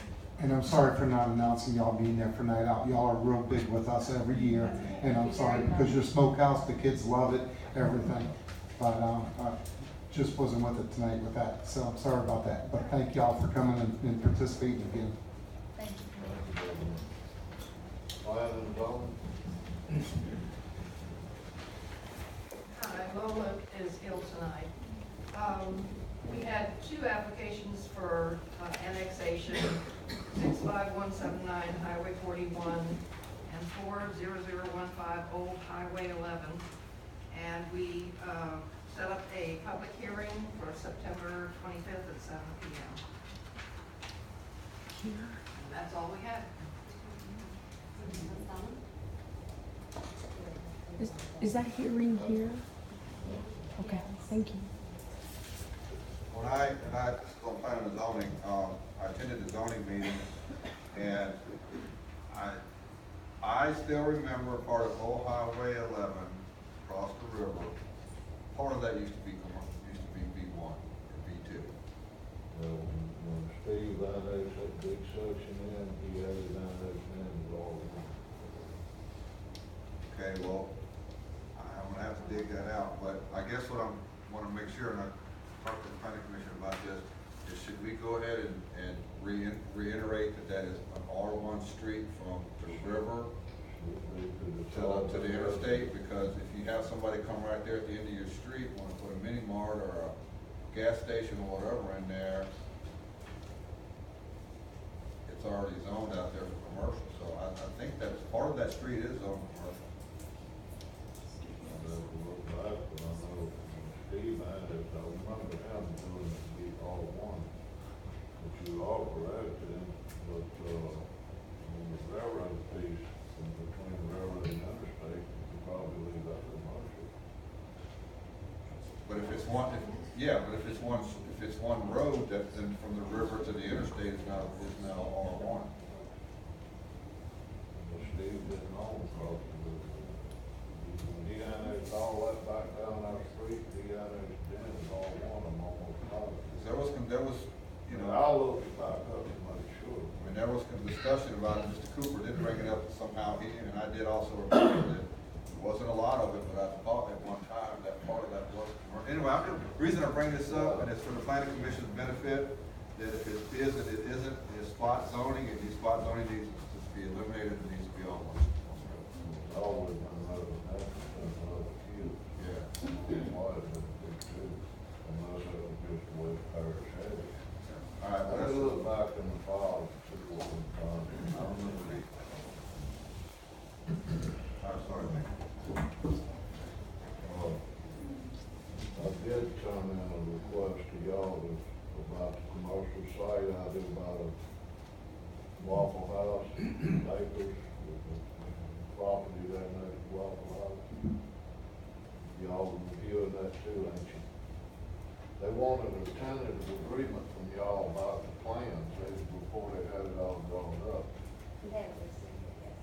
Huh? We haven't received it yet. So you y'all trying to draw it on it to look at it. 'Cause I hate told them, they didn't want to start doing the process on drawing it all, we had a problem with the way they had it laid out. Now, the only thing I seen on it was 3 buildings that, you know, you see both ends and the front from the road. And my opinion on it should be brick or stucco. It's gonna be seen from the main highway. I believe I saw our agenda for next Tuesday. I think it's on our agenda to review, but we have not received, we haven't received the paperwork. They just want to attend, want y'all to look at it, see if it's okay with it. And as far as the state entrance on it, that'll be up to the state. We have no control on that. But I want y'all to look at it and give them something to go on, because they want to start the drawings and build a complex and all, so. I just wanted to remind y'all. What was the time on that hearing? Because it's not listed here. The time on that hearing on Tuesday, the 25th, it's not listed on here. What, 7 p.m.? Okay, thank you. It's commercial for, application for, commercial building. They wanted a tentative agreement from the planning and zoning commission before they had the drawings and all officially done. They've got a nice little drawing for y'all to look at, and it's laid out the way they're gonna do it. Isn't it two businesses and a managers? Manager gonna live on site? No, this is all commercial buildings. This is all I did. Okay. Yeah, I put it in the box, I thought, I would give everybody a copy, she didn't give y'all a copy. I'll get y'all a copy and give it to you. I thought she'd give it to y'all, but I wanted to give them some kind of answer back to it, you know. It's another business for us. The state's good with the right of way and all to go in there? That's the only thing we gotta make clear to them, we don't control that. And they've got it coming right out of the turnabout. So undoubtedly, they've talked to the state or something about it. Unless they get approval from the state, they can't do it anyway. Never heard that. I think if the business was there first and the roundabout comes in, it doesn't matter, but then if the roundabout was there first, like this one, then I don't know if that's a. Well, that's my problem, I was trying to get somebody from the state to give them an answer, but if they get approval from the state, we don't control the driveways off the state line. There's not enough traffic. I guess I'll contact them, ask them if they got tentative approval from the state, because they've got it coming right out of the turnabout, right out in the middle of it. That's insane. Yeah. Anyway, I just want to know, if everybody don't have a copy, I'll get it in y'all's box tomorrow, because I'll just love a few days. School board representative.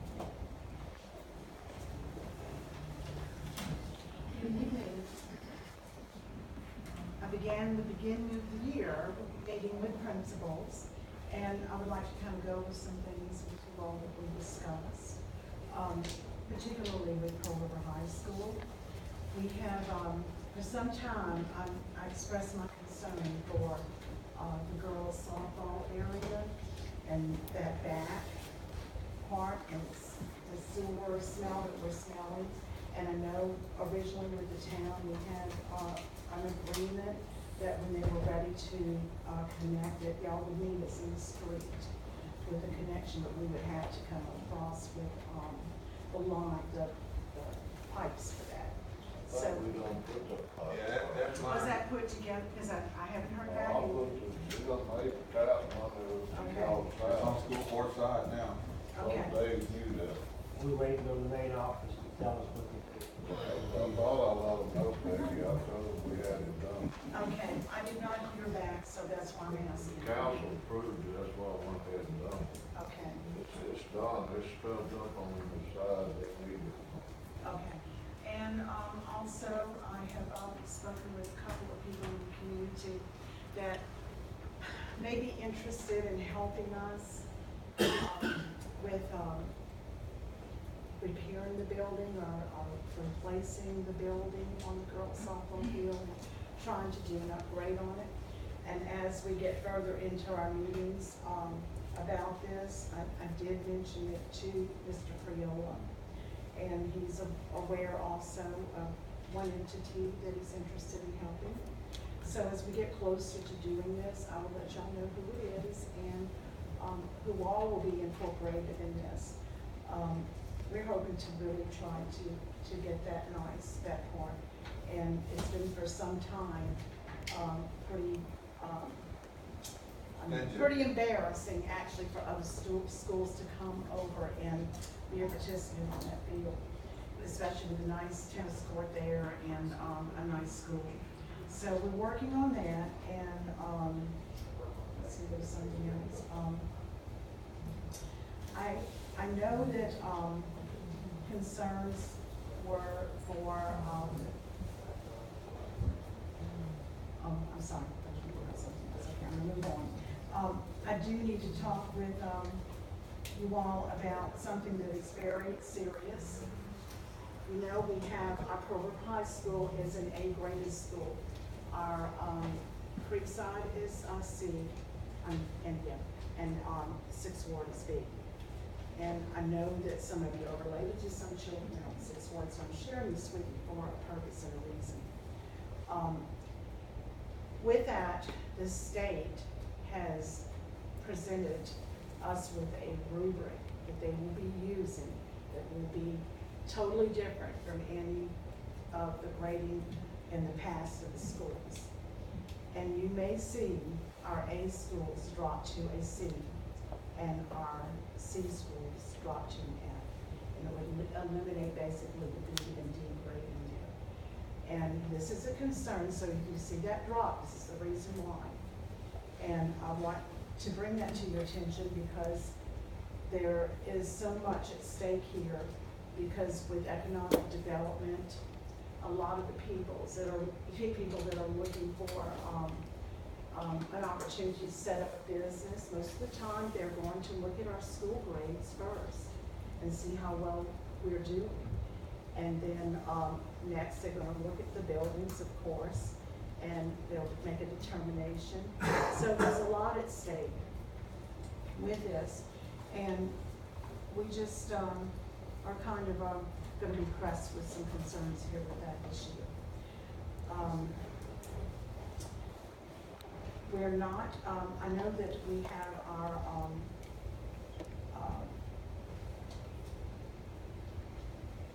a possibility of, we're looking into ways that we can possibly continue our SROs and MHPs in the schools. We do not have a plan yet, but of course, as we get closer to that time, which will be, we have a year of funding to provide for that, we will be certainly not to move forward. With that, I think it's already been mentioned that there is a 50th anniversary celebration planned. There will be light refreshments and a tour of the new construction, and that's going to occur from 5 p.m. to 6:30 p.m. And of course, do your best. Most of you have graduated from Pearl River High to attend that meeting because it's going to be, there are going to be a lot of reunions going on. We're talking 50 years of it. And with that, I've got some other good news to share. I'm so proud of our Pearl River High School football team. They're doing quite well. I mean, they are always fantastic. And we need to do our best to go and support all of our teams that are going to be performing this year, not just football. But were there any other questions at this time?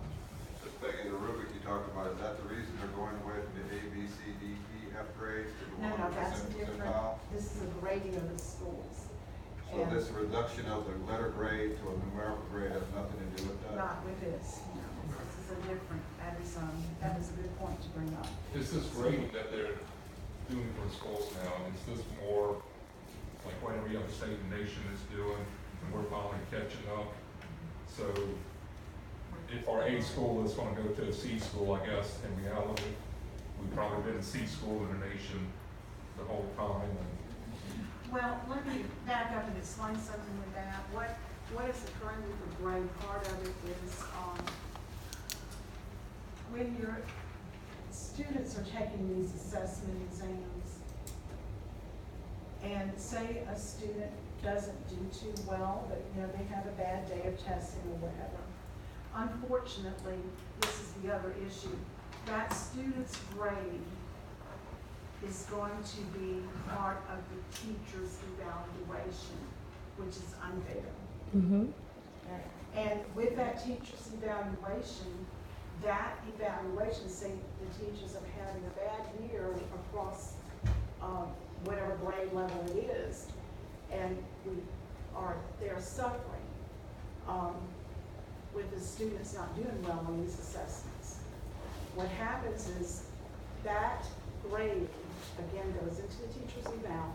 The teacher's eval goes into the school grade, and the school grade goes into our parish level grade. And this is something that we're going to have to really push on and try to get that change associated with that. It's going to take place. So I guess my question was, though, is this the way the rest of the country is evaluating their schools with the same grading system, or is this something unique to Louisiana? Okay. And because I do sit on the Every Child Succeeds Act, I'm a Louisiana representative for PTA, and we have conversations across the country. They're on a joint phone call. And do you know, when I mentioned that as part of a concern for our state and our PTAs, they had never heard of it. They don't have these kind of problems.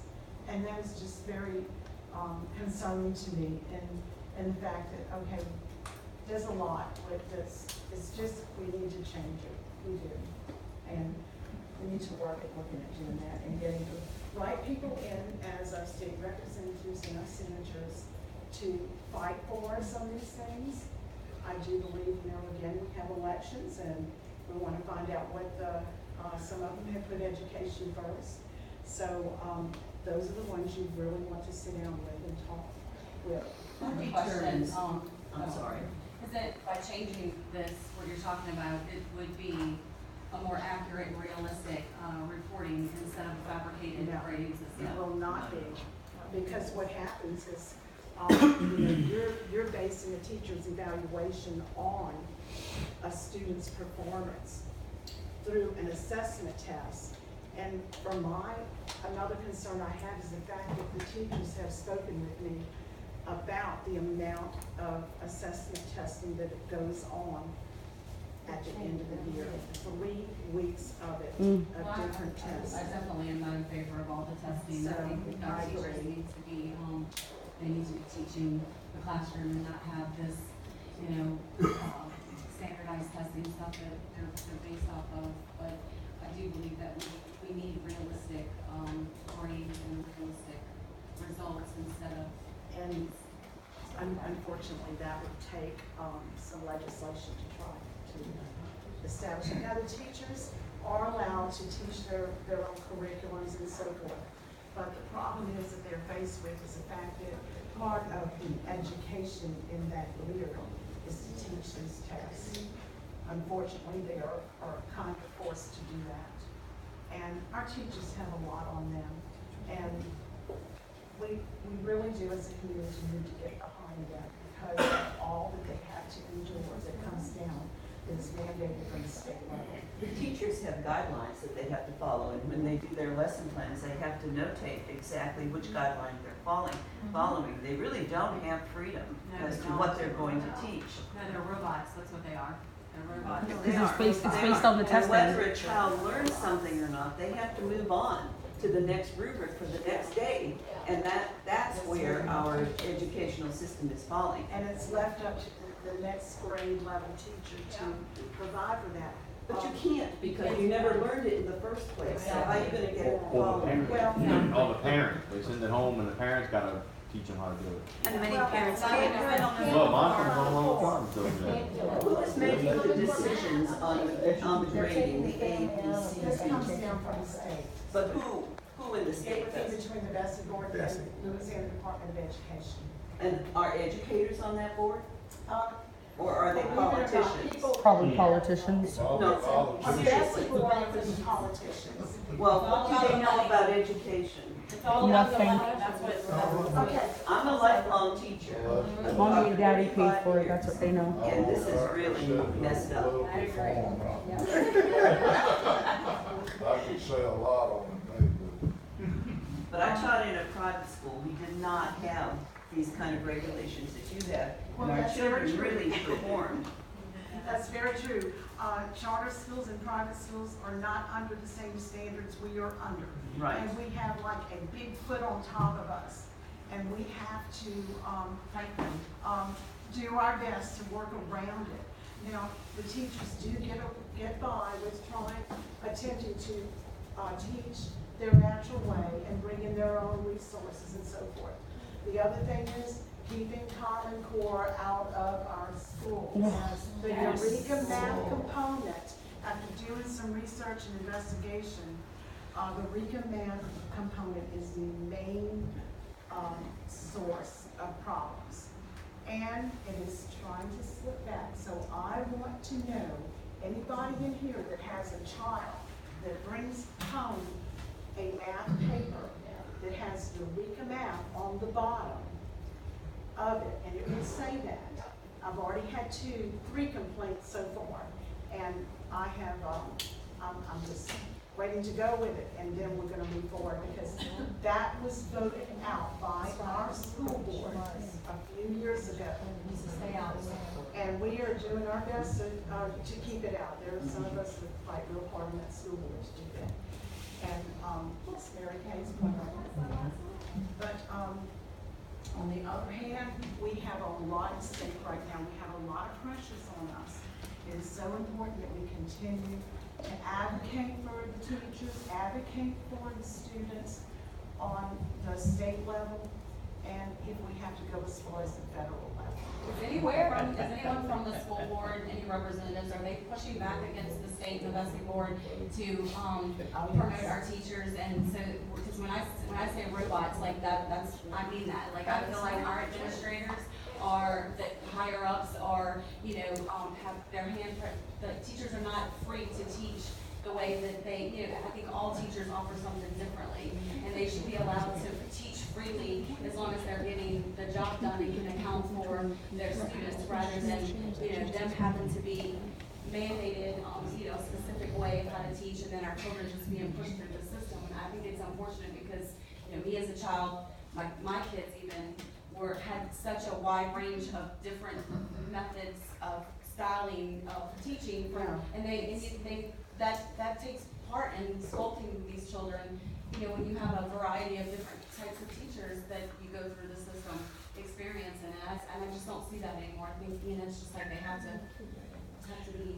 And you're right, and the important part of a school board member is retrieving information, and one in particular that I know a couple of us school board members a couple of years ago asked for permission to have meetings with just the teachers.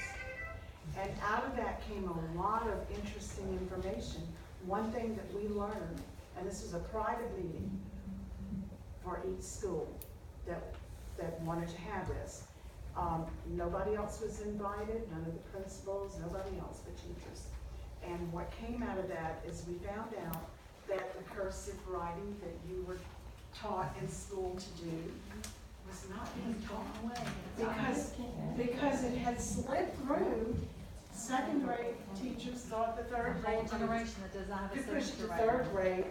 And as it turned out, by the time we had graduating seniors, they did not understand what was written on the board in their senior year. This came from Pearl River High. What is not in the guidelines. They asked That's what that why was. they didn't teach it. And so with that, we were able to talk with the administration, bring that to their table, and now they've got that going again, where there are checks and balances in place to make sure that these students are learning on cursive writing. Hey, I have a question. So back to what you were talking about with the scoring, where can we find that online somewhere to research it? I'll get that to you. Can you email me some information? I'll work on that. We'll get Appreciate it.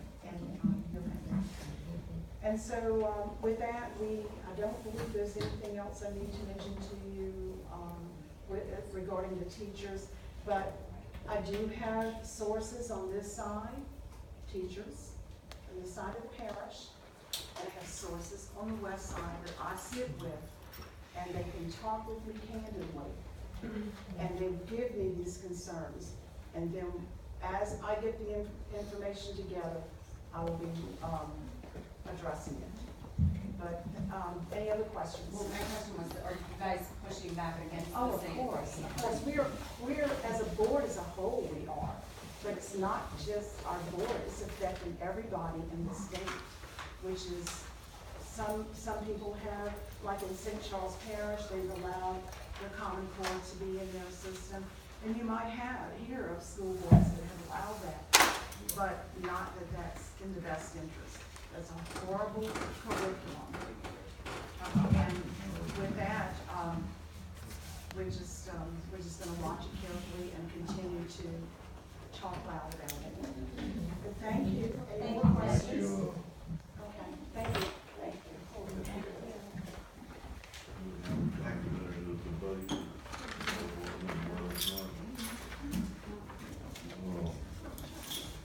Y'all have anything else? I want to thank all of you for coming out, appreciate you attending our meetings. And I would like to ask, since I hate to bring this up, but I am. Please, all of us that's running for office, do not put signs in public battlefields. I think that's the tackiest thing we can do. I'm sorry if one of my signs that I did not put it, I went and took all of them up to the close. I just don't believe in that, and I'm sorry, I've sent everybody emails I could to remove them. I don't think that's the place for us to politics in our flower beds. So that's all I'm asking y'all, other than that, good luck.